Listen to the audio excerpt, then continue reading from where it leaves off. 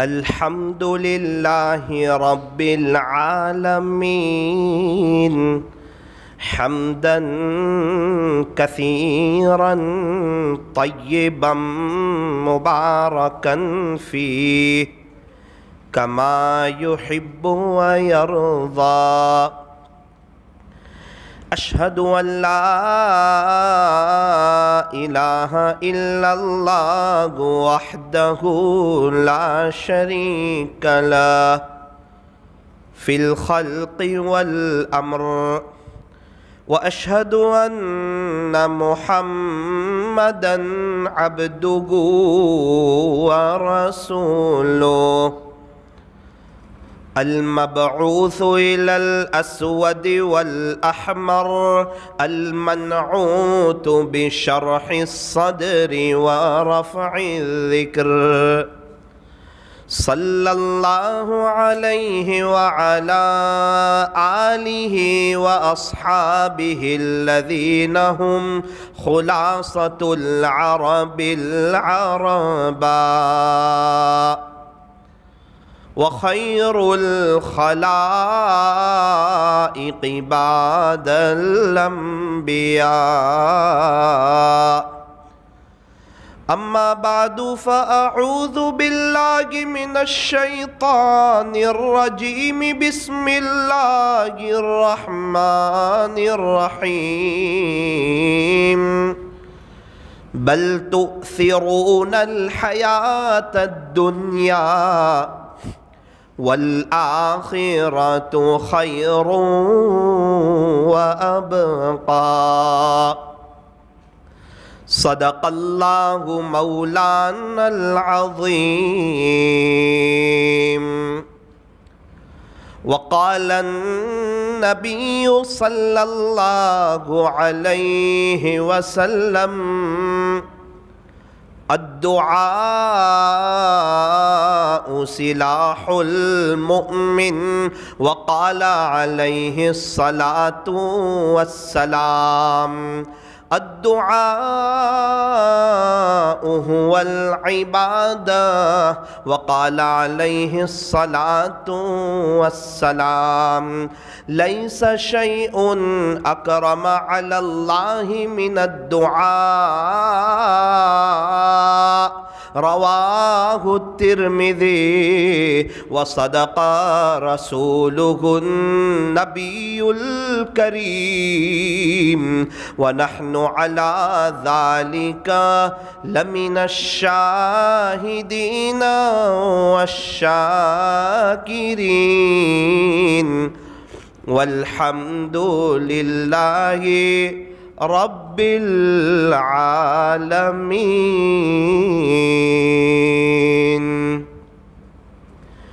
ٹوٹے رشتے وہ جوڑ دیتا ہے، ٹوٹے رشتے وہ جوڑ دیتا ہے، بات رب پہ جو چھوڑ دیتا ہے. اس رب کے لطف و کرم کے،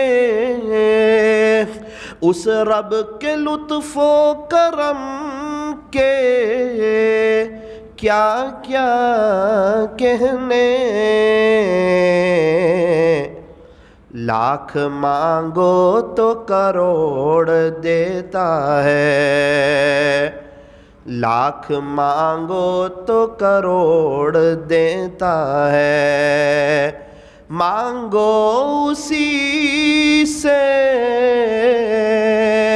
مانگو اسی سے جو دے خوشی سے، اور نہ کہیں کسی سے، اور نہ کہیں کسی سے. دنیا والوں سے نہ مانگو،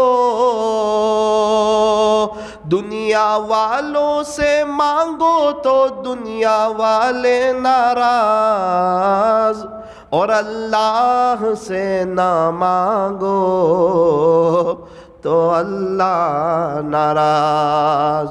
اور اللہ سے نہ مانگو تو اللہ ناراض.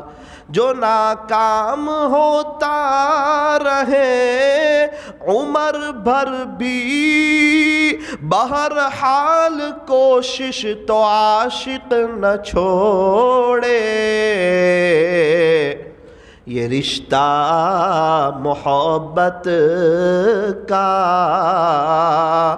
قائم ہی رکھے. یہ رشتہ محبت کا، یہ رشتہ محبت کا قائم ہی رکھے. جو 100 بار ٹوٹے تو 100 بار جوڑے. جو 100 بار ٹوٹے تو 100 بار جوڑے. محبت سے درود پاک پڑھ لیجئے.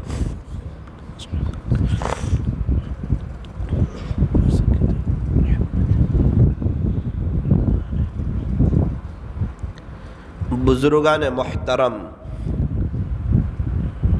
اور عزیز نوجوانوں اور پردے میں بیٹھ کر سننے والی میری محترم دینی ماؤں اور بہنوں، فرمایا کہ رمضان کا جو مہینہ ہے یہ شہر الصبر ہے، صبر کا مہینہ، اور صبر کا بدلہ جنت ہے. یوں فرمایا کہ رمضان کا مہینہ یہ شہر المساوات ہے، غم خاری کا مہینہ، یتیموں کی، بیواؤں کی، مسکینوں کی، پریشان حالوں کی مدد کرنے کا مہینہ. رمضان کا مہینہ یہ دعوت کا مہینہ ہے. بدر کا واقعہ رمضان میں ہی پیش آیا. اللہ کے بچھڑے ہوئے بندوں کو اللہ سے جوڑنے کا مہینہ. فرمایا کہ رمضان کا جو مہینہ ہے یہ آخرت کی تیاری کی بہت بڑی سیزن ہے. کبھی کبھار ایسا ہوتا ہے کہ کئی سالوں میں کوئی سیزن ایسی آ جاتی ہے کہ تاجر لوگ یوں کہتے ہیں کہ یہ 3 سال میں ہم اتنا کمائیں کہ پوری زندگی اتنا نہیں کمائیں. آپ یقین مانو رمضان بہت بڑی آخرت کو بنانے کا مہینہ ہے، آخرت کو بٹورنے کا مہینہ ہے. رمضان کے مہینے میں اللہ تعالیٰ نے بڑا سیل لگا دیا ہے. نفل کام کرو، فرض کے برابر ثواب لے جاؤ. اللہ اکبر. ہمیں شاید اس کا اندازہ نہیں، فرض کا ثواب بہت زیادہ ہوتا ہے. اللہ کے حکم کو جب کوئی بندہ پورا کرتا ہے نا، وہ اللہ کا پیارا ہوتا ہے، اللہ کا دلارا ہوتا ہے، اللہ کا محبوب ہوتا ہے.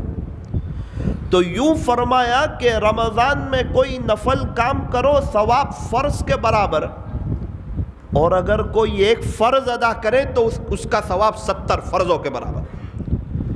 رمضان کے مہینے میں اللہ تعالیٰ بڑے خوش. کتنے خوش؟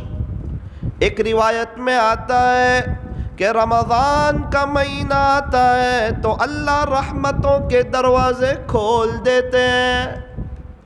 ایک روایت میں کہ اللہ تعالیٰ جنت کے دروازے کھول دیتے ہیں، جہنم کے دروازے بند کر دیتے ہیں اور شیاطین کو جکڑ لیتے ہیں.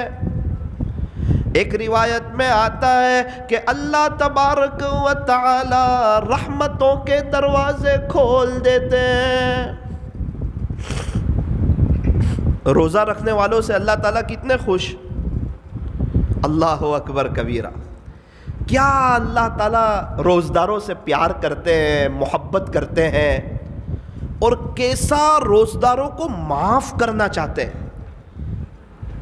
ہمیں یوں کہا کہ کچھ نہ کچھ نیکی کرتے رہو، اللہ کی رحمت تو بہانہ تلاش کرتی ہے، رحمت حق بہانہ می جوید، اللہ کی رحمت بہانہ تلاش کرتی ہے۔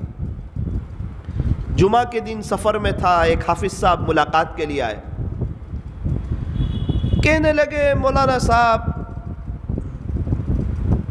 21 رمضان ہے، جمعہ کو 21 رمضان تھی، اللہ کی بڑی شان ہے، میری والدہ کا انتقال بھی 21 رمضان کو ہوا۔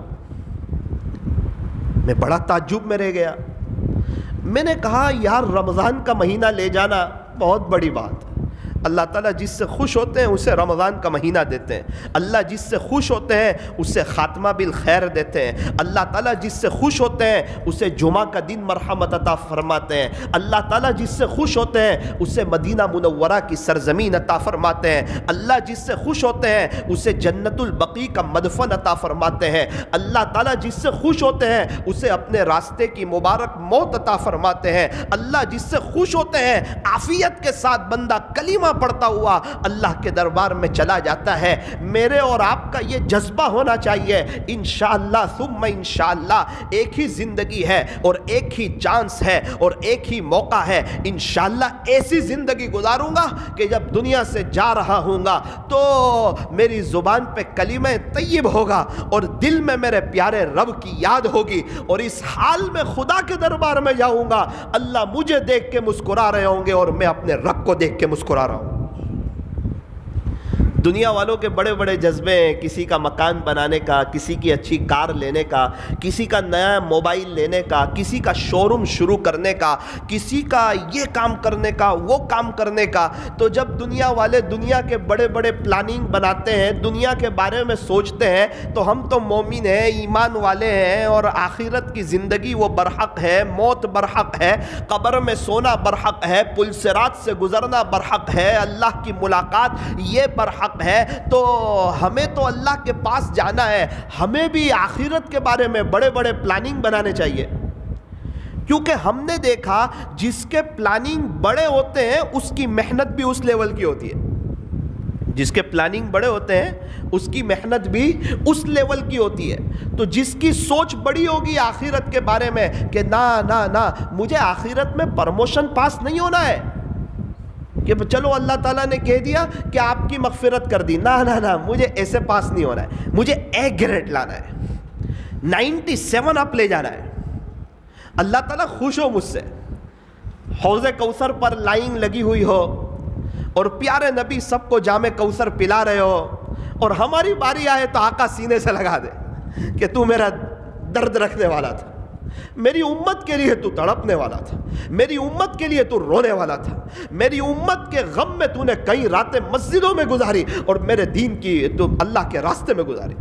اللہ تعالیٰ اس سے خوش ہو، اللہ تعالیٰ کو اس کے ساتھ عجیب و غریب معاملہ ہو، ایسی زندگی گزارے کہ جب قبر میں رکھا جائے تو منکر نکیر کے سوالات آسان ہو جائے، اور اللہ تعالیٰ سانپ بچھو اور کیڑے مکوڑوں سے کہہ دے یہ محمد کا غلام ہے، اور محمد کے غلاموں کا کفن میلا نہیں ہوتا، اجازت نہیں۔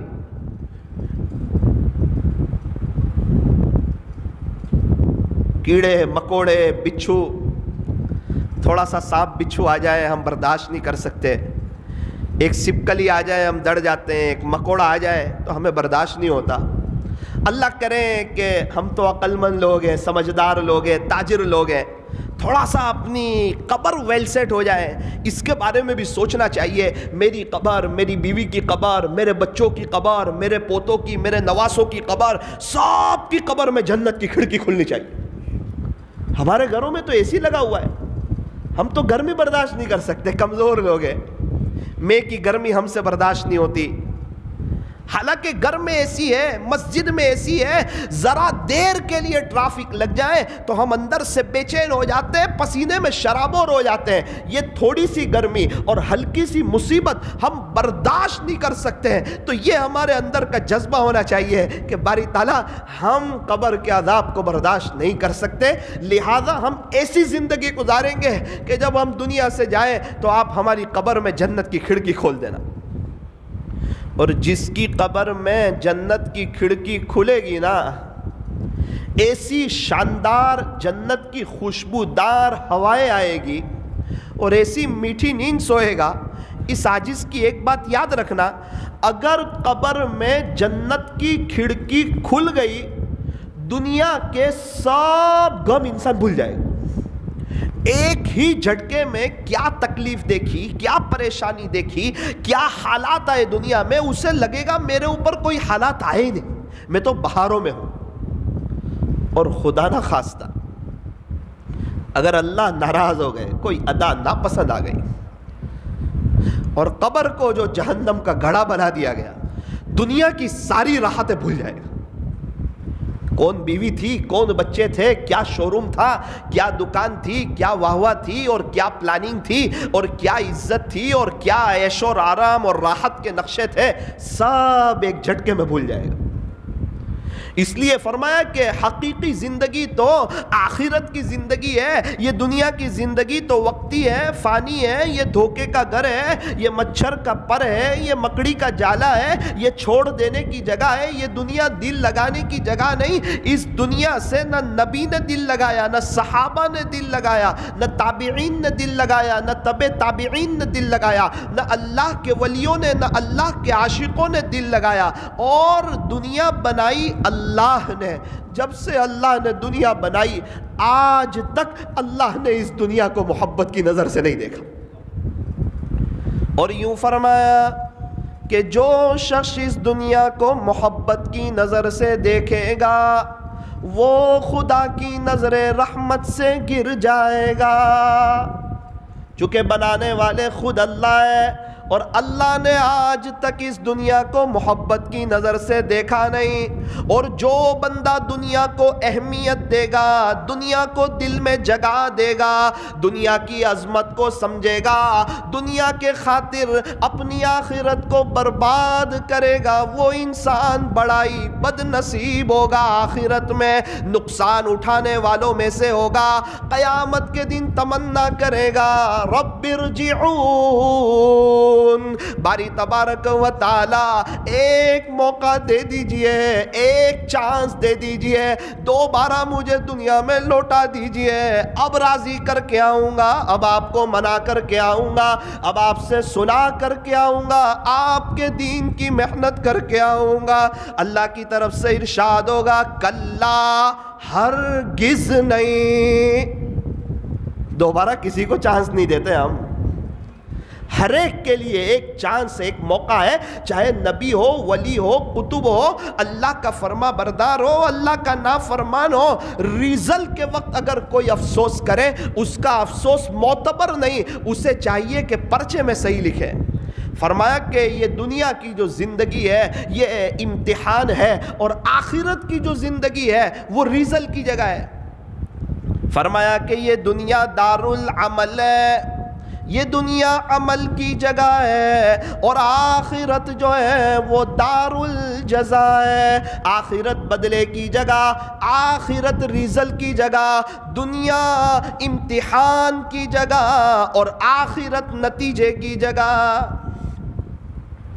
انسان بہت تڑپے گا انتقال کے بعد۔ اور آپ کو ایک بات بتاؤں، جس نے آخرت کی بڑے پیمانے پہ تیاری کی ہوگی نا وہ بھی تڑپے گا وہاں، جب دیکھے گا نا کہ ایک ایک سبحان اللہ پہ کیا مل رہا ہے اور ایک ایک الحمدللہ پہ کیا مل رہا ہے، اور اللہ کے دربار میں کس چیز پہ کیا مل رہا ہے، اتنا تڑپے گا، افسوس کرے گا، اللہ مجھے ایک موقع دے دے۔ اللہ کہیں گے نا نا نا، چاہے فرما بردار ہو نافرمان ہو، وقت چلا گیا، اب موقع کسی کو نہیں ملے گا۔ اللہ اکبر کبیرہ۔ ایک بزرگ صاحب کشف بزرگ تھے، انہیں کشف بہت ہوتا تھا، ان کو کشف بڑا ہوتا تھا، کشف بہت ہوتا تھا۔ اللہ کی شان قبرستان گئے، عجیب منظر دیکھا کہ قبرستان میں ایک چچا بیٹھے ہوئے ہیں اور وہ اللہ کا قرآن پڑھ رہے ہیں۔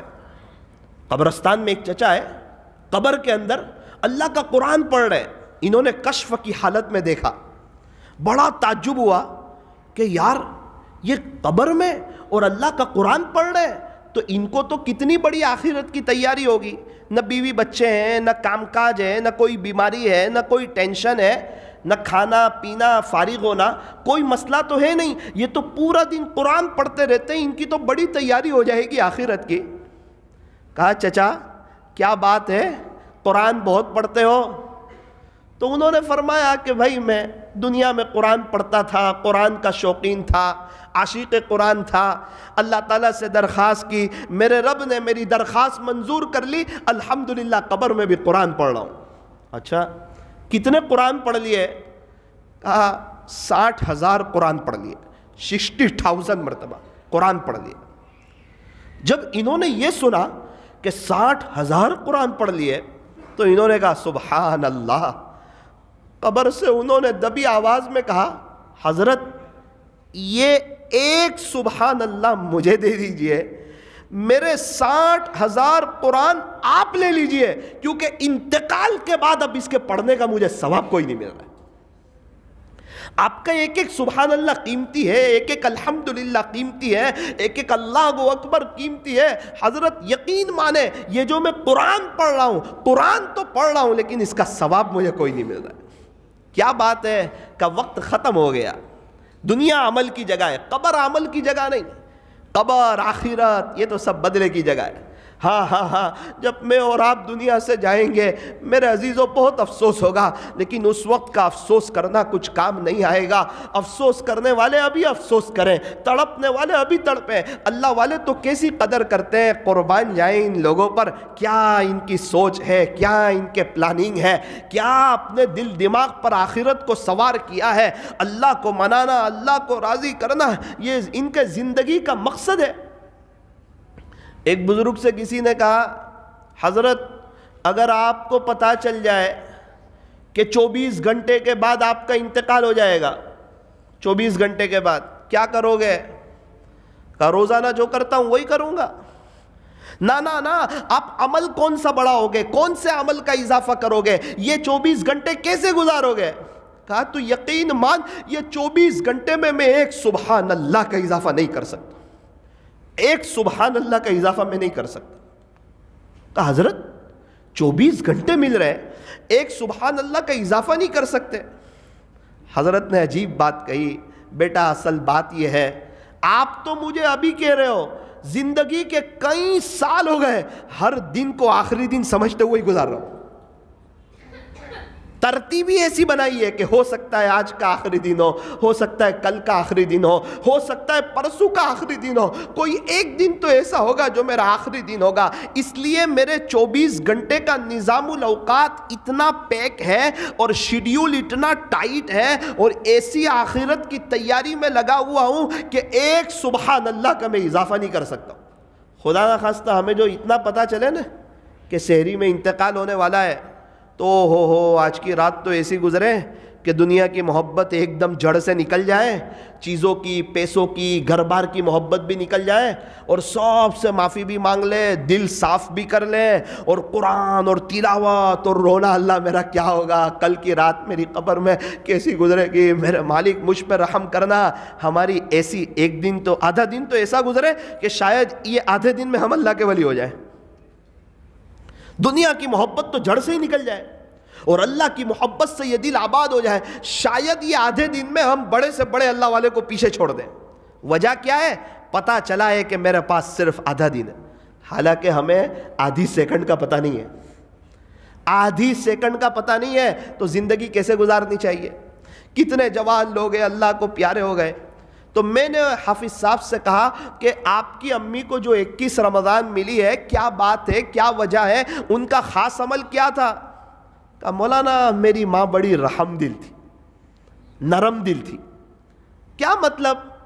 کہا گرمی کے دنوں میں دیکھتا تھا کہ کوئی بھی سبزی بیچنے والی، فروٹ بیچنے والی یا کوئی مانگنے والی آتی تھی نا تو میری ماں میری اہلیہ سے کہتی تھی کہ بیچاری گرمی میں کمانے کے لیے نکلی ہے، اللہ کا شکر ہے اللہ تعالیٰ نے ہمیں نوازا ہوا ہے، کم سے کم اس کو کوئی شربت بنا کے تو پلا دے، یہ بیچاری کو گرمی میں پوچھے گا کون؟ تو کوئی بھی مستورات یہاں سے گزرتی میری ماں اسے اکرام سے گھر میں بلاتی اور اس کو شربت پلاتی اور وہ میری ماں کو دعا دے کے چلی جاتی۔ کیا پتا تھا دعا ایسی لگے گی کہ اللہ میری ماں کو 21ویں رات دیں گے۔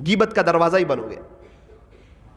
آپ یقین مانیں آج سب سے زیادہ امت پر جو حالات ہے سب سے زیادہ وہ رات سونے سے پہلے میاں بیوی کی جو بات ہوتی ہے نا 15 منٹ, اس کی وجہ سے حالات. میں آپ کو بہت اندرونی چیز بتا رہا ہوں اور اللہ والے جس نتیجے پر پہنچے نا وہ بتا رہا ہوں. جو 15 منٹ میاں بیوی کی گزرتی ہے, جو غیبتوں کا دروازہ کھلتا ہے, تمہارے امی ایسے, تمہارے ابو ایسے, تمہاری بہن ایسی, پڑوس والے ایسے, یہ ایسے, وہ ایسے. پھر صبح اٹھ کے کہتا ہے میں تو تہجد کی نماز بھی پڑھتا ہوں. او بھائی, رات میں کیا کیا تو نے؟ تہجد تو پڑھ رہا ہے لیکن ساری نیکیاں تو دے رہا ہے. اپنی نیکیوں کو ایسی تھیلی میں جمع نہ کرو جس میں سوراخ ہو, پانی کو ایسی ڈول میں جمع نہ کرو جس میں لکھے جو. نیکی تو آ بھی رہی ہے, جا بھی رہی ہے, بچا کیا؟ پیارے نبی کتنے ناراض غیبت کرنے والوں سے. آقا مدنی کریم صلی اللہ علیہ وسلم نے ارشاد فرمایا الغیبت اشد من الزنا. اللہ کے بعد جن کا مرتبہ ہے وہ تو یوں فرما رہے ہیں کہ غیبت زنا سے بھی زیادہ سخت چیز ہے. زنا کو ہمارے معاشرے میں بہت برا سمجھا جاتا ہے اور ہونا بھی چاہیے, لیکن پیارے نبی فرماتے ہیں کہ زنا, یہ غیبت زنا سے بھی زیادہ سخت چیز ہے. اور اللہ تعالیٰ قرآن کریم میں تو اتنی سخت وعید بیان کر دی کہ علماء کرام لکھتے ہیں کہ اتنی سخت وعید اور کسی چیز کے بارے میں بیان نہیں فرمائی. غیبت کی باری آئی, قرآن کا لہجہ سخت ہوا. ایحب احدکم ان یأکل لحم اخیہ میتا فکرہتموہ واتقوا اللہ. قرآن کا لہجہ سخت ہو گیا. خلاصہ یہ ہے, کیا تم میں سے کوئی اپنے مردار بھائی کا گوشت کھانا پسند کرتا ہے؟ 3 باتیں بیان فرمائی. انسان میں بھی مردار, مردار میں بھی سگا بھائی. کیا تم میں سے کوئی اپنے مردار بھائی کا گوشت کھانا پسند کرتا ہے؟ تو کہا نہیں کرتا. یوں فرمایا کہ غیبت اس سے بھی بری چیز ہے خدا کے دربار. واتقوا اللہ, اللہ سے ڈرو, موت آنی ہے, اللہ کے پاس جانا ہے.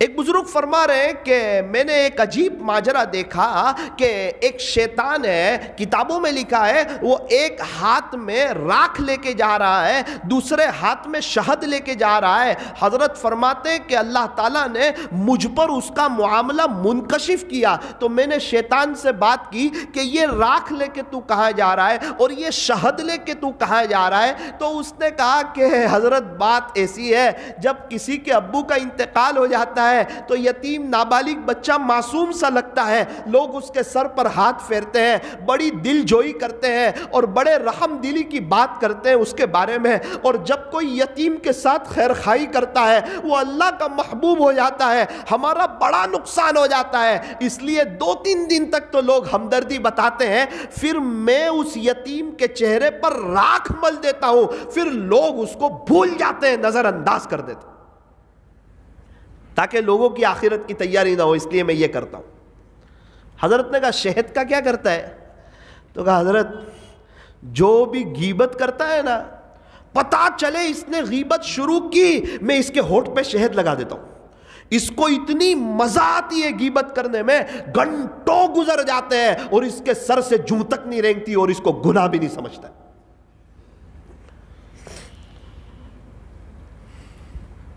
ہمارے یہاں نوساری میں ایک مولانا صاحب نے حضرت مولانا طارق جمیل صاحب مد ظلہ العالی کے ساتھ 2 چلے لگائے, کینیڈا کے تھے, 2 چلے لگائے. تو میں نے ان سے پوچھا کہ آپ نے حضرت مولانا طارق جمیل صاحب کا کیا خاص عمل دیکھا؟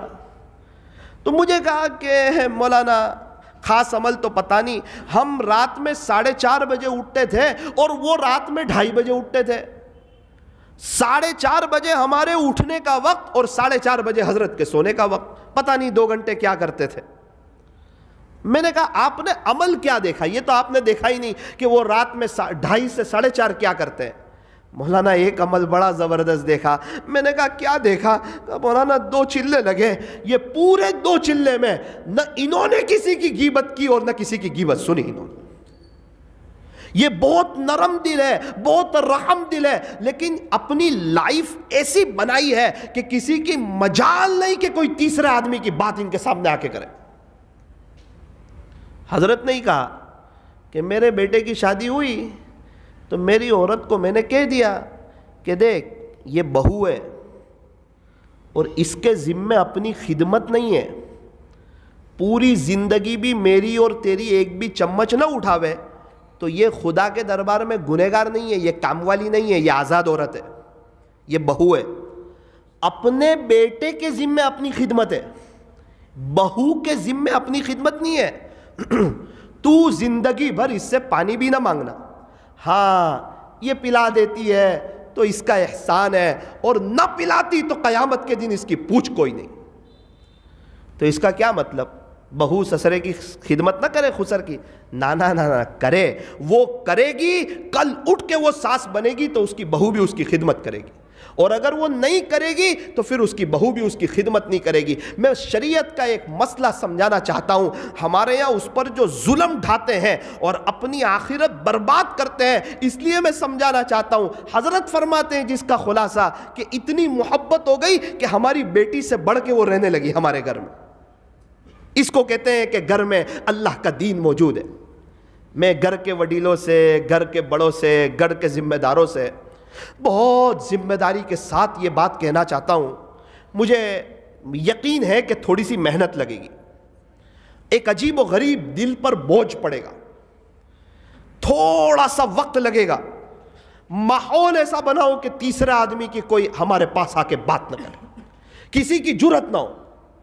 آپ درود شریف 2000 پڑھتے ہو، 100 مرتبہ کر دو، سبحان اللہ 100 مرتبہ کر دو، الحمدللہ 100 مرتبہ کر دو۔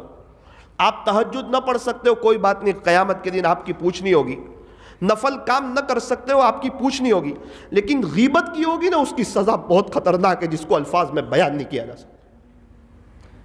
یوں فرمایا کہ غیبت کا حال رومین کی طرح ہے، جتنا غیبت کے کرنے والے کو گناہ اتنا ہی غیبت کے سننے والے کو گناہ۔ جتنا کرنے والا غیبت کا گنہگار، اتنا ہی غیبت کا سننے والا بھی گنہگار۔ مدینہ منورہ میں ہماری پڑھائی چل رہی تھی، ہمارے استاذ کے پاس ایک بڑے لحیم شحیم آدمی آئے۔ آپ کہیں گے مولانا یہ کیا باتیں کر رہے ہیں، یہ خانقاہی مجلس ہے۔ اور خانقاہی مجلس کس کو کہتے ہیں؟ جس میں لچھے دار بیان نہ ہو، اصلاحی باتیں ہوں کہ ہمیں کرنا کیا ہے، اللہ کے قریب کیسے آنا ہے، گناہوں سے بچنا کیا ہے، وہ کون سی چیز ہے جس سے ہماری گاڑی میں پنچر پڑا ہوا ہے۔ مرسیڈیز ہو اور ہوا نہ ہو، کروڑ روپے کی مرسیڈیز ہے، 10 روپے کی ہوا نہیں ہے، فرمایا اس کی کار چلے گی نہیں، چاہے جتنی مہنگی کار ہو، ہوا کی بڑی اہمیت ہے۔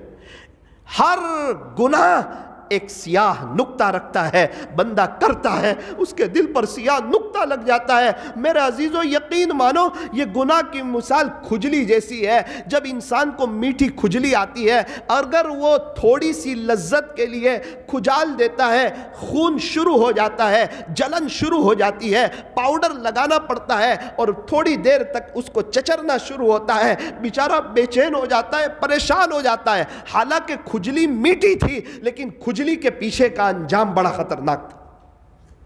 بالکل اسی طرح یہ گناہ میٹھی کھجلی کی طرح ہے۔ نفس کہتا ہے کر لے، بات کا کس نے دیکھا؟ شیطان کہتا ہے ارے کر لینا، ہوتا ہے، سب کرتے ہیں۔ نہ میرے عزیز، نہ کرنا۔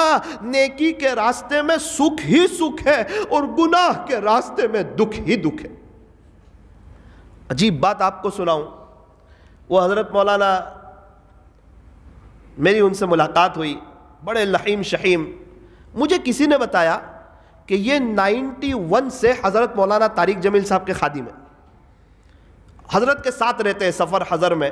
میں بڑے ادب سے ان کے پاس بیٹھ گیا، میں نے کہا کہ میں حضرت کے بارے میں کچھ جاننا چاہتا ہوں، آپ سے کچھ بتائیں حضرت مولانا طارق جمیل صاحب کے بارے میں۔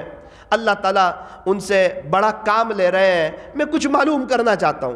کہا کیا معلوم کرو گے حضرت کے بارے میں؟ 91 سے ساتھ ہوں، اس وقت 28 سال ہوئے تھے جب میں نے پوچھا تھا کہ 28-29 سال ہوئے، آج تک انہوں نے نہ کسی کی غیبت کی ہے نہ کسی کی غیبت سنی ہے۔ میں نے کہا کیوں؟ حضرت کہتے ہیں میرے پاس نیکی بہت کم ہے، میں کیوں کسی اور کو دوں، میرے پاس ہی آلریڈی کم ہے۔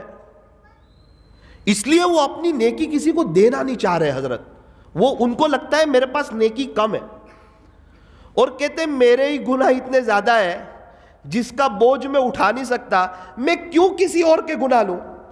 تو یہ تھوڑے سے احتیاط کرتے ہیں ہم لوگ، پیسے سنبھالتے ہیں، سونے چاندی کو سنبھالتے ہیں، یہ اپنی نیکیوں کو سنبھالتے ہیں۔ اور یہ کہتے ہیں میرا ڈیٹ اسٹاک ہی بہت زیادہ ہے گناہوں کا، میں لوگوں کے گناہ لے کے کیا کروں گا؟ ہم سمجھتے ہیں اس کی غیبت کریں، یہ بات کریں، وہ بات کریں، یاد رکھنا اس کی غیبت کرنے سے وہ تو حسن بصری بنے گا نہیں، لیکن آپ یقین مانو ہمیں اللہ نہیں ملے گا، اس کی اصلاح نہیں ہوگی غیبت کرنے سے۔ آج تک کئی ساس سسرے مل کے بہو بیٹے کی غیبت کرتے رہے، ایک کے بھی گھر میں اصلاح نہیں ہوئی ہے، بلکہ سب پورا گھر پریشان ہو گیا ہے۔ دونوں بیڈ روم پر اللہ کی ناراضگی کے اثرات ہوتے ہیں رات کو، اکثر ساس سسرے کے روم پر بھی اور بہو بیٹے کے روم پر بھی، یہ اس کی غیبت میں، یہ اس کی غیبت میں۔ باپ سنتا ہے کہ ماں میری بیٹی کے ساتھ مل کر کے میری بہو کی غیبت کر رہی ہے، سن رہا ہے اللہ کا بندہ، سمجھتا نہیں کہ یہ بھی پریشان ہوگی، میری بیٹی بھی سسرال میں پریشان ہوگی۔ غیبت کرنے سے معاملہ مشکل ہوتا ہے، لیکن وہ روکنے کے لیے تیار نہیں۔ اور اس معاملے میں میں مستورات کو سلام عرض کرتا ہوں، کیا کہنے ان کے اندر بڑی ہمت ہے، بڑی جرت ہے۔ ہم ان سے اپنے ماں باپ کی غیبت سن لیتے ہیں، پوری زندگی گزر جاتی ہے، یہ ہم سے اپنے ماں باپ کے بارے میں کبھی نہیں سنتی۔ مجال تو ہے کہ کوئی اس کے امی ابا کے بارے میں کچھ کہہ کر دیکھے، تھوڑا سا کہے گا ہمارے خاندان سمیت سب کے عیب گنا دے گی، تم یوں، تمہارے بھائی ایسے، تمہاری بہن ایسی، تمہارے امی ایسے، تمہارے ابو ایسے، میرے امی ابا تو بہت اچھے ہیں، میرے بھائی بہن کی تو بات ہی بڑی نرالی ہے۔ پہلے ہی دن سے اس نے بڑی سمجھداری کا معاملہ کیا، اللہ اس کو جزائے خیر دے، اس نے اپنے گھر والوں کے بارے میں سنا ہی نہیں۔ اور ہم ایسے سمجھدار ہو گئے، پتہ نہیں سمجھدار کہیں گے کیا کہیں گے، کہ چل تو سنا دے جس کے بارے میں غیبت کرنی ہو، آخرت برباد کر دوں گا لیکن تجھے ناراض نہیں کروں گا۔ میرے عزیزو یہاں پنچر پڑا ہوا ہے۔ حضرت تو بہت تڑپتے ہیں، غیبت کی بات آتی ہے کہتے ہیں ہماری کون سی مجلس ہے جو غیبت سے خالی ہے، وہ کون سی فون پہ بات ہے جو غیبت سے خالی ہے، کیا خاص کیا عام، کیا دیندار کیا بے دین، اس میں تو سارے ہی جڑے ہوئے ہیں اور سارے ہی اللہ کی نظر رحمت سے گر رہے ہیں۔ حضرت مولانا طارق جمیل صاحب دامت برکاتہم کو اٹیک آیا تھا، اس کے بعد کا حضرت کا ایک بیان آیا، میں نے سنا، عجیب باتیں کر رہے ہیں وہ اللہ سے۔ اٹیک دیکھا تھا نا، اس کی تکلیف بہت قریب سے دیکھی تو برداشت نہیں، کہتے میں نے موت کو بہت قریب سے دیکھا، اور پھر اس کے بعد اللہ سے مناجات کی کہ اللہ تو جانتا ہے میں نے پوری زندگی کسی کی غیبت نہیں کی۔ اللہ، یہ خود اللہ سے کہہ رہے کہ اللہ تو جانتا ہے، تو اس بات کا گواہ ہے کہ میں نے پوری زندگی کسی کی نہ غیبت کی ہے نہ غیبت سنی ہے، اور میں نے تیری مخلوق کو کوئی تکلیف نہیں پہنچائی۔ اے اللہ میں تیری مخلوق کا گنہگار نہیں ہوں، تیرا 100% گنہگار، اس کا مجھے اقرار ہے، مجھے معاف کر دو۔ یہ سن کر میں تو ہل گیا، کیسی زندگی گزاری ہوگی۔ ایسے ہی اللہ تعالیٰ کسی سے اتنا بڑا کام لے لیتا ہے۔ میرے عزیزوں، میں یہ کہنا چاہتا ہوں کہ ہم اللہ کے راستے میں وقت بھی لگائیں، ہم اللہ والوں سے جڑے بھی رہیں، ہم رمضان کو وصول بھی کریں، ہم قرآن شریف کی تلاوت بھی کریں، لیکن اتنا کر دیں کہ ہم غیبت کا دروازہ بند کر دیں اور ہم گناہ کا دروازہ بند کر دیں۔ آج کی مجلس میں اس بات کو طے کریں کہ انشاءاللہ جو مرضی ہو جائے غیبت نہیں کریں گے، انشاءاللہ غیبت نہیں۔ گھر کا ایسا ماحول بنانا پڑے گا۔ ایک بیوی نے غیبت کری اور پہلے ہی دن ڈانٹ دیا، لڑائی شروع، ایسا نہیں ہوتا۔ غیبت کری تو ایک مولانا کا بیان ہوا، آج میرے دل پہ بہت بات لگی۔ اپنے تو یار ابھی تک پریشان ہے، جو لائف ہمیں چاہیے نا انجوائمنٹ والی، وہ نہیں مل رہی ہے، مزہ نہیں آ رہی ہے۔ مولانا نے کہا کہ یہ غیبت کی نحوست ہے۔ آج ہم یہ طے کرتے ہیں کہ انشاءاللہ غیبت نہیں کریں گے، انشاءاللہ تو الحمدللہ کرتی نہیں غیبت تو زیادہ میں ہی کرتا ہوں، میں بھی نیت کرتا ہوں، تو بھی نیت کر۔ آج کے بعد سے ہم تیسرے آدمی کی کوئی بات نہیں کریں گے۔ تیسرے آدمی کی بات کرنے سے اس کی اصلاح تو ہوگی نہیں، لیکن ہماری آخرت بھی برباد ہوگی۔ جو ہمارے ساتھ برائی کا معاملہ کرے اس کے ساتھ اچھائی کا معاملہ کرو، جو ہمارے ساتھ توڑے اس کے ساتھ جوڑو۔ لوگ کہتے ہیں مولانا میں غیبت نہیں کرتا ہوں، اس کے اندر جو بات ہے نا میں وہی کہتا ہوں، سچ سچ کہتا ہوں۔ میرا عزیز وہی غیبت ہے، اگر وہ بات اس کے اندر نہ ہو پھر تو یہ بہتان ہے، اس سے بھی بڑا گناہ ہے، غیبت سے بھی بڑا گناہ۔ اس کے اندر وہ بات ہے، اسی کو تو غیبت کہہ رہے ہیں، اس کو بیان کرنا۔ اللہ نے تو کہا کہ تو لوگوں کے عیبوں کو چھپا، قیامت کے دن میں تیرے عیب کو چھپاؤں۔ بندہ بھول جاتا ہے، کیا کسی کے عیب دیکھے۔ اور بات بھی ایسی ہے، انسان کو اپنا تھوکا ہوا اتنا برا نہیں لگتا جتنا دوسروں کا تھوکا ہوا برا لگتا ہے۔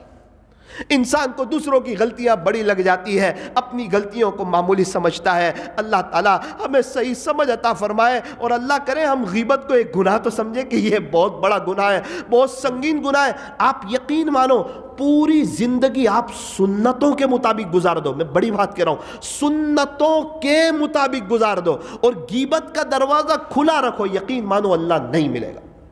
پوری زندگی آپ اللہ کے راستے میں لگا دو، غیبت کا دروازہ کھلا رکھو، یقین مانو اللہ نہیں ملے گا۔ آپ کو 10 بزرگ خلافت دے دے اور پوری دنیا میں آپ کے مریدین ہو جائے، اور آپ کے بیانات کی برکت سے کروڑوں لوگ اللہ کے ولی بن جائیں، وہ اللہ والے ہوں گے، لیکن یہ شیخ غیبت کرتا ہوگا تو یہ شیخ کو اللہ نہیں ملے گا۔ حضرت مولانا ابرار الحق صاحب ہردوئی رحمت اللہ علیہ فرماتے ہیں، شیخ کی مجلس میں غیبت ہو تو کھڑے ہو جاؤ۔ شیخ کی مجلس میں بڑی اہمیت ہے شیخ کی ہمارے یہاں، کہ شیخ کی مجلس میں غیبت ہو رہی ہے فوراً کھڑے ہو جاؤ۔ شیخ کی مجلس میں چائے کا کپ آئے، اس میں مکھی گر جائے، کیا پی لو گے یا مکھی نکالو گے؟ کہ مکھی نکالیں گے۔ شیخ کے پاس گئے اللہ کو لینے کے لیے، نہ کہ زنا سے زیادہ سخت گناہ کرنے کے لیے۔ تو جب وہاں غیبت برداشت نہیں تو ہماری نارمل زندگی میں کہاں کی غیبت برداشت ہوگی؟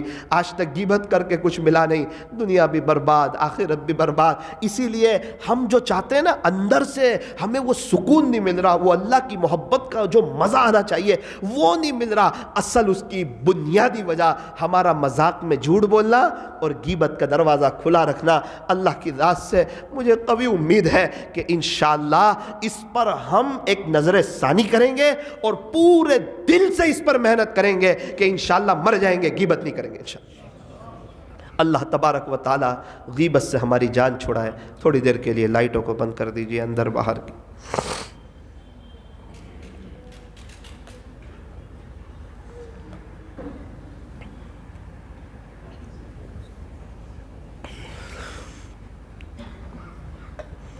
آنکھوں کو بند کیجئے، اپنی گردن کو جھکائیے۔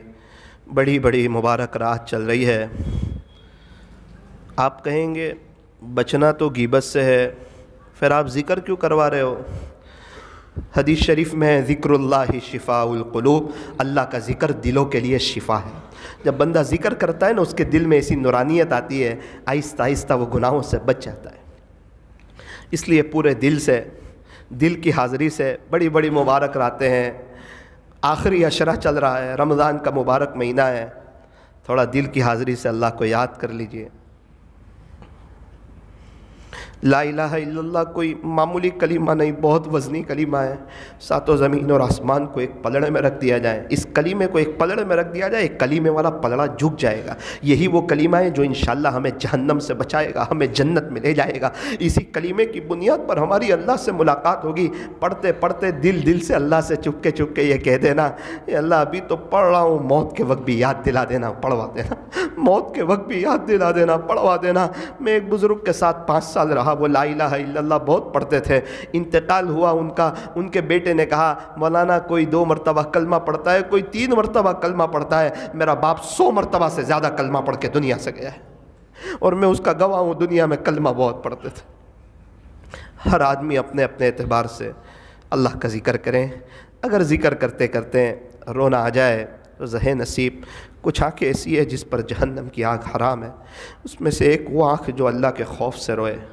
ویسے بھی ہم نے بہت عزائم کیے تھے، ارادے کیے تھے رمضان ایسا گزاریں گے، لیکن کیا پتا تھا اتنی جلدی گزر جائے گا، پتہ ہی نہیں چلے گا۔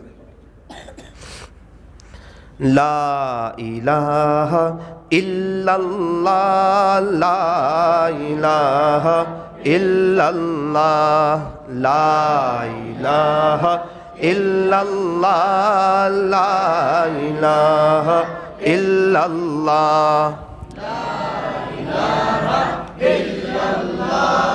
لا الہ الا اللہ. اوپر اوپر نہیں، دل کی حاضری سے پڑھو، پڑھتے رہو. اللہ تعالیٰ دلوں کو دیکھتے ہیں، دلوں کو. انہ علیم بذات الصدور، وہ سینوں کے بھیدوں کو جانتا ہے. لا الہ الا اللہ لا الہ الا اللہ لا الہ الا اللہ لا الہ الا اللہ لا الہ الا اللہ لا الہ الا اللہ محمد الرسول اللہ صلی اللہ علیہ وسلم. اب ہمیں لفظ اللہ کا ذکر کرنا ہے اس تصور سے کہ جب میں میرے پیارے رب کو پکارتا ہوں، اللہ کو پکارتا ہوں. ایک بزرگ فرماتے ہیں لفظ اللہ ہی اسم اعظم ہے، یہ میرے رب کا نام ہے. آج تک کھانے پینوں کا مزہ چکھا، اللہ کرے اب ذرا اللہ کے نام کا بھی مزہ چکھیں. اس تصور سے کہ جب میں پڑھتا ہوں نا تو صرف میری زبان نہیں، میرا دل، میرے بدن کا ایک ایک حصہ، میرے بدن کا ایک ایک رواں، یہ سب اللہ اللہ کہہ رہا ہے. اور یہاں کی در و دیوار ہر طرف سے اللہ کی آواز آ رہی ہے. اور اللہ اللہ کا ذکر کرتے ہوئے اس منظر کو صرف یاد کرنا ہے جب مجھے اور آپ کو جنازے سے نکال کر قبر کے اندر رکھا جا رہا ہوگا.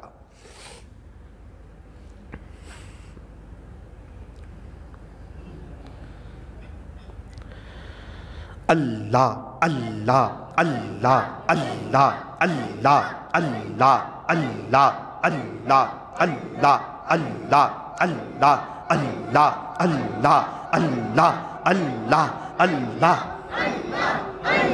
دل سے پڑھو، شرمائے نہیں. لوگ گالی بولتے ہوئے نہیں شرماتے، لوگ گانا گاتے ہوئے نہیں شرماتے، غیبتیں کرتے ہوئے نہیں شرماتے، گراہکوں کے ساتھ گھنٹوں بات کرتے نہیں شرماتے.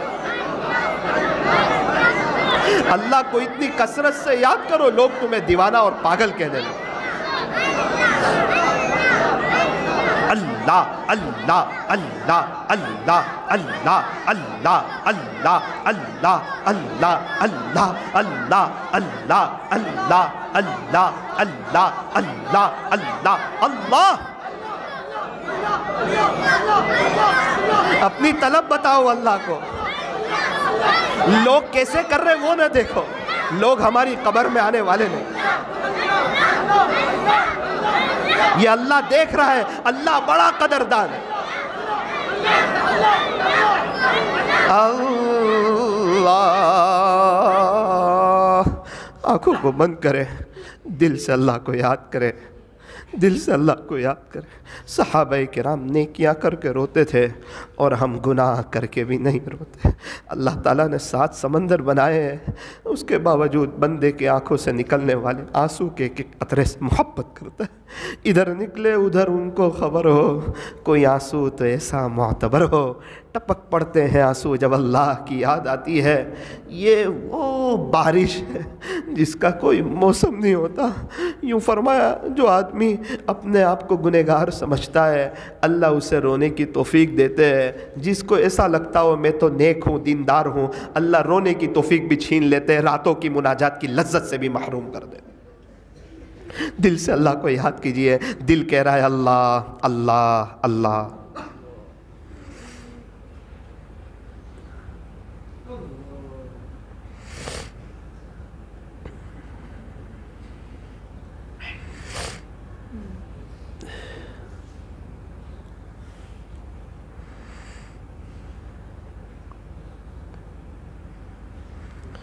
ہوا و حرص والا دل بدل دے،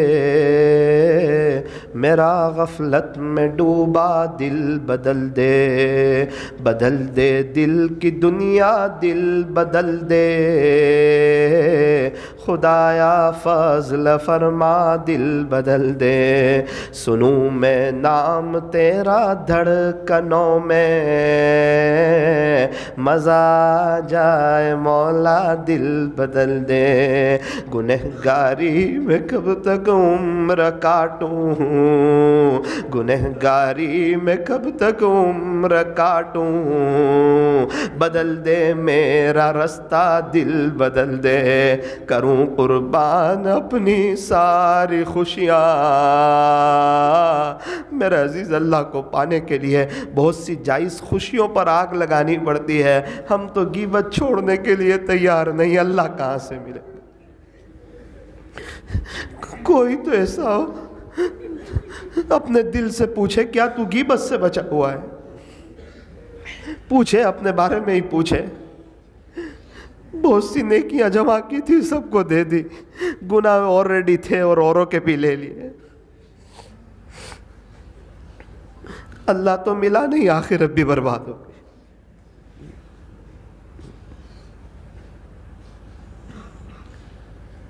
یوں فرمایا گناہ کینسر سے بھی زیادہ خطرناک، کینسر بہت تو انسان کو موت کی گھاٹ اتارتا ہے، گناہ انسان کو جہنم کی گھاٹ اتارتا ہے، ہم اس کو بڑا ہی نہیں سمجھتے۔ گناہ، باپ کی نافرمانی کرنا چھوٹی چیز ہے، کیسے ابا ناراض ہو جاتے، تھوڑا تو اللہ کو۔ ایک 5-6 سال کا بچہ ہمارے سامنے کھڑا ہو گناہ کرتے ہوئے، شرم آتی ہے، ہمارا بیٹا کیا کہے گا، ابو کیا کرتے موبائل، اور اللہ دیکھ رہے ہو بندہ بنداس گناہ کرتا ہے، شاید گناہ لکھنے والا فرشتہ بھی کہتا ہوگا نعوذ باللہ، تو کیا اللہ کو ایک 6 سال کے بچے سے بھی کم حیثیت کا سمجھتا ہے؟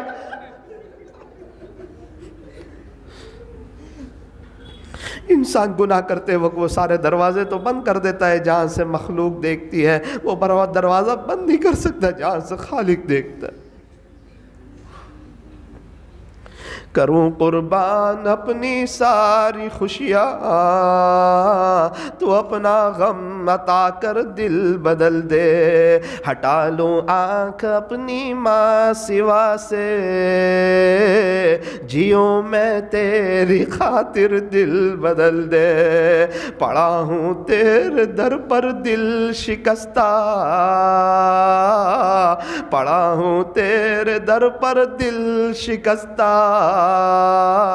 رہوں کیوں دل شکستہ دل بدل دے، میری فریاد سن لے میرے مولا، بنا لے اپنا بندہ دل بدل دے، بنا لے اپنا بندہ دل بدل دے، گنہگاری میں کب تک عمر کاٹوں، گنہگاری میں کب تک عمر کاٹوں، بدل دے میرا رستہ دل بدل دے، لا الہ الا اللہ محمد الرسول اللہ صلی اللہ علیہ وسلم۔ ہاتھ اٹھائیے، ندامت کے ساتھ دعا کر لیجئے، اللہ کو بڑا کریم پائیں گے۔ الحمدللہ رب العالمین، صلی اللہ علی حبیبی محمد وآلہ وسلم، لا الہ الا انت سبحانک انا کنا من الظالمین۔ پیارے اللہ، رحیم مولا، کریم آقا، اے اللہ میرے سامنے یہ سب روزدار لوگ بیٹھے ہوئے ہیں، یہ بہت نیک لوگ بیٹھے ہوئے ہیں، آپ کا قرآن پڑھنے والے لوگ بیٹھے ہوئے ہیں، آپ سے محبت رکھنے والے لوگ بیٹھے ہوئے ہیں۔ یہ اللہ، انہوں نے مغرب کی نماز پڑھی ہوگی، اوابین پڑھی، تراویح پڑھی، کھانا کھایا، دوبارہ آپ کے گھر میں آ گئے، چلو آخری عشرہ ہے، شاید اب اللہ مان جائیں گے، تب مان جائیں گے۔ اے اللہ، اے اللہ، اے اللہ، یہ عاشق قرآن لوگ ہیں، آپ سے محبت کرنے والے لوگ ہیں، میں نے سنا بڑی محبت سے آپ کا ذکر کر رہے تھے۔ اے اللہ، ان نیک لوگوں کے صدقے مجھ سیاہکار کو بھی معاف کر دے، مجھ گنہگار کو بھی معاف کر دے۔ اے اللہ ان لوگوں کے صدقے طفیل مجھے بھی گناہوں سے بچا لے، غیبت سے بچا لے۔ اے اللہ بولنا آسان ہے، عمل کے وقت معاملہ مشکل ہو جاتا ہے۔ اے اللہ بولتے ہیں 2-3 دن تک احساس ہوتا ہے، چوتھے دن پھر وہی روش، وہی گناہ۔ کیا دوست، کیا نیک، کیا بد، کوئی آدمی ملتے ہی تیسرے آدمی کی بات کرتا ہے۔ اے اللہ اب تو غیبت بھی لوگ نئے انداز میں کرتے ہیں۔ مولانا صاحب ہم اس آدمی کی بات تو نہیں کرتے، صرف ایک بات کرنا چاہتے، وہ غیبت ہی کر رہا ہوتا ہے، لیکن وہ اللہ آپ کو بنانا چاہتا ہے، وہ کور چڑھا کے گناہ کرنا چاہتا ہے۔ میرے عزیز تیری چالاکی اللہ کے یہاں نہیں چل سکتی۔ اے اللہ ہمیں بچا لے، اللہ بچا لے، اللہ غیبت سے بچا لے۔ یہ مجمع کا دل ٹوٹا ہوا ہے کہ کیسے بچیں گے، کیسے بچیں گے، کیسے بچیں گے، وہ ماحول کیسے تیار ہوگا۔ یہ کئی سالوں کی بگڑی ہوئی روش ہے، اللہ ہمیں بچا لے۔ اللہ یہ خانقاہی مجلس ہے، خانقاہی مجلس ہے، اس کا مقصد یہ ہوتا ہے کہ ہمارے دلوں سے گناہوں کی کھوٹ نکل جائے، ہم گناہوں سے بچ جائیں۔ اے اللہ ہمارے گناہوں کو معاف فرما۔ باری تعالیٰ لوگ بہت پریشان حال ہے، لوگ بہت تکلیف میں ہیں، لوگ بہت حالات میں ہیں۔ کتنے ایسے لوگ ہیں جن کے پاس سحری اور افطاری کے لیے کچھ نہیں ہوتا۔ میرے مالک آپ کا احسان ہے، ہمارے دسترخوان پر نعمتیں سجی ہوتی ہے۔ مجھے بہت اچھی طریقے پر یاد ہے، چوتھے روزے کو مجھے ایک مولانا کا فون آیا کہ مولانا اللہ جانتا ہے میں اور بازو والے امام صاحب ہم دونوں نے افطاری میں کھجور اور پانی کے علاوہ کچھ نہیں، کھجور۔ بستی والوں سے شکایت کی، بستی والے کہنے لگے مولانا صاحب آپ جانتے ہم لوگ غریب انسان ہیں، مزدوری کر کے ہمارا گھر چلتا ہے۔ اللہ ایسے لوگ بھی ہیں۔ ایک عورت نے مفتی صاحب کو سوال پوچھا، مفتی صاحب میں غریب علاقے کی رہنے والی ہوں، میں غریب عورت ہوں، اگر میرے یہاں سحری اور افطاری میں کچھ کھانے پینے کو نہ ملے تب بھی میرا روزہ ہو جائے گا؟ مفتی صاحب کیا جواب دیتے ہیں، اپنے آنسو پوچھنے لگے اے اللہ دنیا میں کتنے ایسے لوگ ہیں بیچارے تڑپتے ہیں۔ میں نے دیکھا گزشتہ سال ایک عورت کبھی یہاں جاتی نوساری میں، کبھی وہاں جاتی، میں نے پوچھا اماں جی کیا ہوا؟ کہا بیٹے میری بیٹیاں ہیں اپنے گھر پہ، بڑی مشکل سے سحری کا انتظام ہوا تھا۔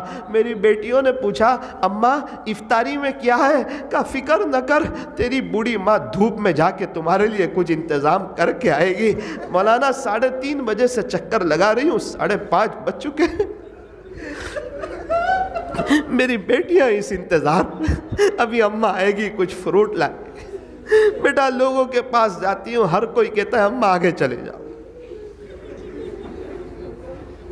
اور میرے مالک آپ ہے کہ ہمارے دسترخوان آپ نے بھر دیا، لیکن ہم افطاری کی دعا بھی بھول جاتے ہیں، اذان کا جواب دینا بھی بھول جاتے ہیں، رکعتیں بھی ہماری چلی جاتی ہے۔ ہم تو ایسے ناشکر ہیں۔ اللہ ہمیں معاف کر دے، اللہ معاف کر دے، رب معاف کر دے۔ اللہ آخری عشرہ ہے، آپ معاف نہیں کریں گے کون معاف کرے گا؟ آپ معاف نہیں کریں گے کون معاف کرے گا؟ آپ تو معافی مانگنے والوں کو پسند فرماتے ہیں، یہ آپ کے عاشقوں کا مجمع ہے، آپ سے محبت کرنے والوں کا مجمع ہے۔ اے اللہ لوگ دور دراز سے آ گئے، آپ کو لینے کے لیے آئے، آپ کو تلاش کرتے کرتے آ گئے، آپ کو ڈھونڈتے ڈھونڈتے آ گئے۔ چلو سنگرام پورہ بڑی مسجد میں چلے جائیں، کچھ باتیں سنیں گے، شاید ہمارے دل کی تار بھی اللہ سے جڑ جائے گی۔ اے اللہ ہماری آج کی مجلس کو اپنی بارگاہ میں قبول فرما، ہمارے لیے آخرت میں نجات کا ذریعہ فرما۔ رب کریم 5-6 دن کے بعد عید کا دن آئے، بہت سے لوگ ایسے ہوں گے کسی کے ابو کا کسی کی اماں کا انتقال ہو گیا، بہت سے بچے عید کے دن تیار ہوتے ہیں، اچھے کپڑے پہنتے ہیں، بیڈ روم کا دروازہ بند کر کے آئینے کے سامنے کھڑے ہو کے بڑی عمر والے رونا آ جاتے ہیں، ماں یاد آتی، ماں ہوتی تو سر پہ ہاتھ پھیرتی، ہاتھ چوم لیتے، عید مبارک کر لیتے، پھر وہ ماں کا دنیا سے جانا ہے یاد آ جاتا ہے، وہ ماں کو جو کفن میں لپٹے ہوئے سویا دیکھا تھا وہ یاد آ جاتا ہے۔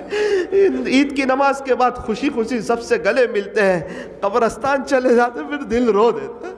اللہ واقعتاً ماں باپ تو ایسی نعمت ہے۔ ایک بہت مالدار شخص کے یہاں میرا جانا ہوا، بڑا شاندار مکان، بڑے پریشان، میں نے کہا کیا ہوا؟ مولانا سب کچھ ہے، ماں باپ نہیں ہے۔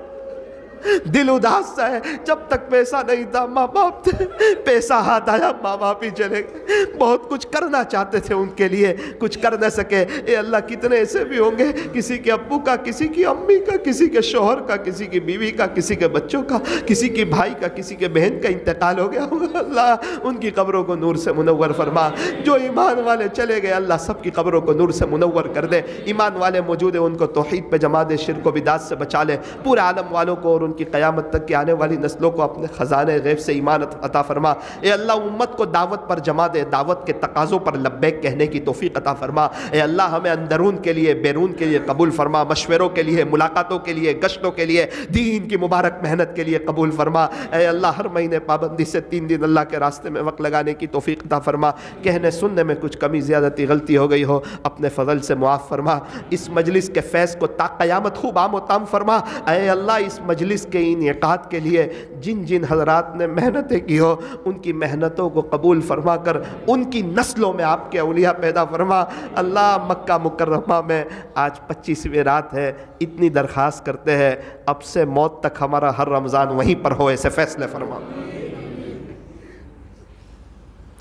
صلی اللہ تعالی علی خیر خلقہ محمد وآلہ واصحابہ اجمعین برحمتک یا ارحم الراحمین۔ آئندہ کل انشاءاللہ